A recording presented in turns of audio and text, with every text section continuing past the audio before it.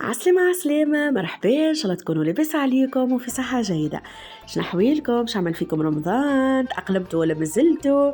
حاسيلو المفيد بيه ديما ملي يبدا رمضان نعمل لكم في ريسيتات مالحة. توا قلت علاش لا ما نعمل لكم شي ريسيت حلوة وتكون بنينة وفي ساعة تحضر للسهرية. على هذيك باش نحضروا مع بعضنا المقروض الأبيض. بنا من وراء العقل حسيلو، وراهو سهل في ساعة يحضر، ما ياخلكش وقت جملة.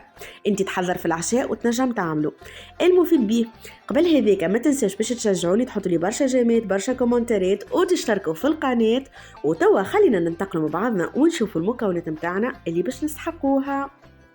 عنا أول حاجة 250 جرام فرينة، 80 جرام زبدة بحرارة المطبخ، باش ناخذوا مغرفة كبيرة سكر بودر، سكر محور.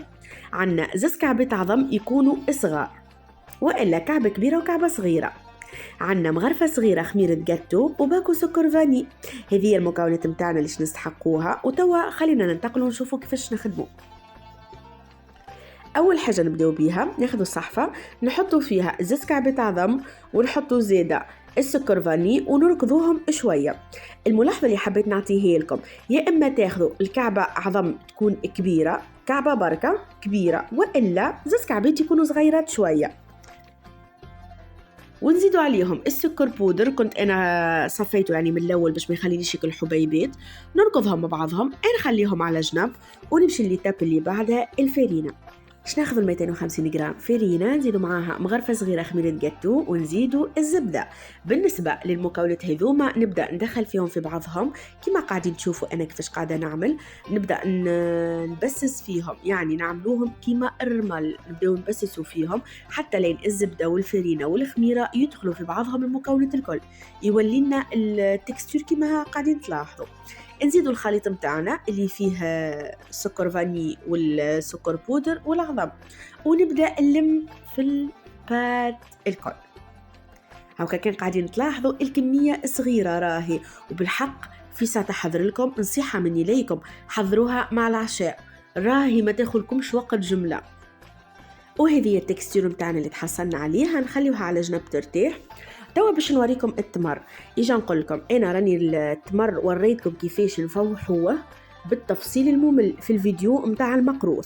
اتوا المقروض متاع الحمامات اتوا نحطه لكم في اول كومنتير. اوكي به راهو مفوح بالجلجلين، باللوز، بالقرفة، بالسكر، بالشوش الورد، ماء العطرشية ولا ماء الزهر، حسيله مفوح. ما نحكي لكمش، انا راني نعمل ديما كونتيتي ونخليها في الفريجدير، وقت اللي حاجتي نمد منها شويه ونبدا نخدم. راهو لا يفسد لا يصير له حتى شيء كي تلقاه في الفريجدير. حتى كان خدمت انت مثلا تويكا وقعد لك شويه لفه في ساشي وخليه في الفريجدير ما يصير له حتى شيء. توا شنو عملنا؟ ناخذوا هكا بول صغيره هكا نخدموها شويه في اليد متاعنا، وبعد شنو نحلوها باش نقعد نقول لكم بالكليم لحسن تقعدوا تثبتوا فيا كيفاش قاعده نخدم خير. اوكي انا نبدا نونس فيكم بالحديث. دونك كيما قلت لكم تحلوها، تحطوا بودام تاع تمر ونبداو نحركوا فيها باليد نتاعنا، وراهو بالصوابع. احنا نحركوا بالصوابع واحنا نبداو نجبدوا في صوابعنا باش البات نتاعنا تجويد. ومن بعد كان نحيو الطرف الاول والطرف الاخراني هذوك تلقاهم صغار نحيوهم ونبداو نقصوا فيها.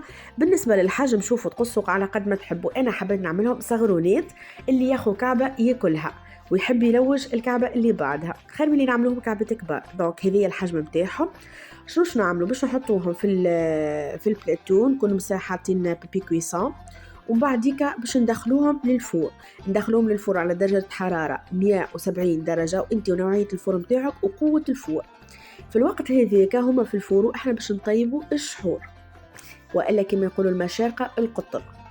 وبالنسبة للشحور راهو تنجموا زيادة تطيبوا كمية وتحطوها تستعملوها من الأول، ومن بعد تحطوها في الفريجيدير تغطيوها. ووقت اللي انت تحب تمدك الشحور هذاك تشحر به المقروض وإلا اليويو وإلا أي حاجة تنجم عادي، ما يفسدش وما يصير له حتى شيء. توا شنو باش نعملو؟ شفتوه الكيس هذاك الابيض، نفس الكيس، اي كيس تاخو عندك ولا صحفه تكيل بيها، زوز كيسين سكر عليهم كيس ماء وعصره قارص. نعاود لكم، زوز كيسين سكر عليهم كيس ماء وعصره قارص.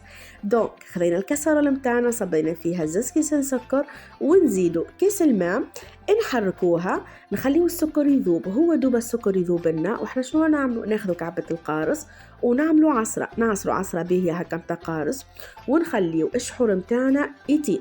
شنو واش تعملوا وقت اللي انت هكا مره في مره هز هكايا بصبعك الزوز ومس الشحور، ما تبيك تحرق يدك. كي لقيت الشحور نتاعك يتلصق، زيدوا شويه من ماء العطرشيه والا ماء الزهر، هو يهز الغاليه وانت طفي الغاز. وشنو تعمل؟ تلقى المقروض نتاعك طاب، اموره واضحه في الوقت هذيك. المقروض تخليه يبرد والشحور يكون سخون، نهزو المقروض ونحطوه في الشحور، نشحروه، بعد نحطوه يستقطر على الكسكيس.